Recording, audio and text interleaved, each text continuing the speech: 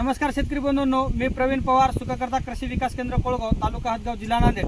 शेतकरी बंधूंनो, आपली जे सुखकर्ताची रिसोड शाखाच्या अंतर्गत जे हळद प्लॉटची पाहणीसाठी आपण इथं आलेलो आहोत. पहिले आपण शेतकऱ्याचा परिचय घेऊया. नमस्कार सर, आपलं नाव सांगा.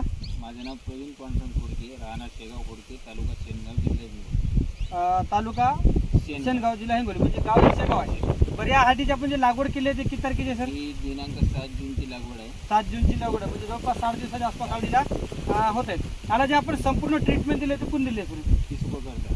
सुखकर्ताची. आपली जे रिसोडची शाखा आहे शेतकरी बंधूंनो, या शाखेच्या अंतर्गत या प्लॉटची देखरेख चालू आहे. याच्या अगोदर आपली काही ट्रीटमेंट झाली आहे का सर? म्हणजे गेल्या वर्षी आपण याच्याकडून काय घेतलं? गेल्या वर्षी तुमचे प्रॉडक्ट वापरली, म्हणजे आपल्या युट्यूबवर पाहूनच सगळा कार्यक्रम केला.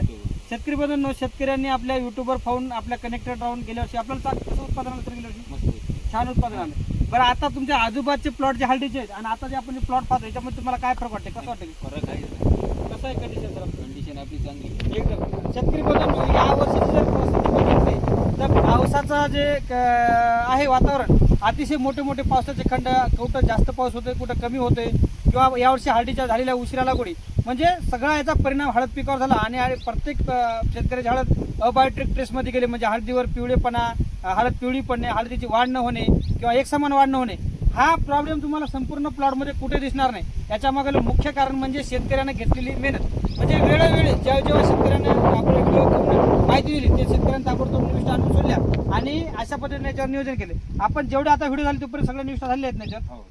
सगळ्या प्रत्येक निविष्ठाचे तुम्हाला रिझल्ट कसे वाटतात? मस्त वाटतं. एकदम छान रिझल्ट आहेत ना? कुठला प्रॉब्लेम आहे का? नाही. पूर्ण जरी प्लॉट बघितला शेतकरी बंधूंनो, कुठेही तुम्हाला पिवळं पान, हिरवं पान, सगळी हिरवागार प्लॉट दिसेल. पिवळा प्लॉट कुठेही दिसणार नाही, करपा दिसणार नाही आणि एक समान चांगला हळद प्लॉट वाढत आहे. याचं कारण म्हणजे शेतकऱ्यांनी घेतलेली मेहनत आणि आमच्या सुखकर्ताचे जे सोनूने सर आहेत यांनी केलेली प्लॉटला वेळोवेळीची व्हिजिट आणि घेतलेली मेहनत आणि सुखकर्ताची ट्रीटमेंट, याचा फलस्वरूप प्लॉट आले. आपण आपल्या सुखकर्ता ट्रीटमेंटवर समाधानी आहात? समाधानी. धन्यवाद.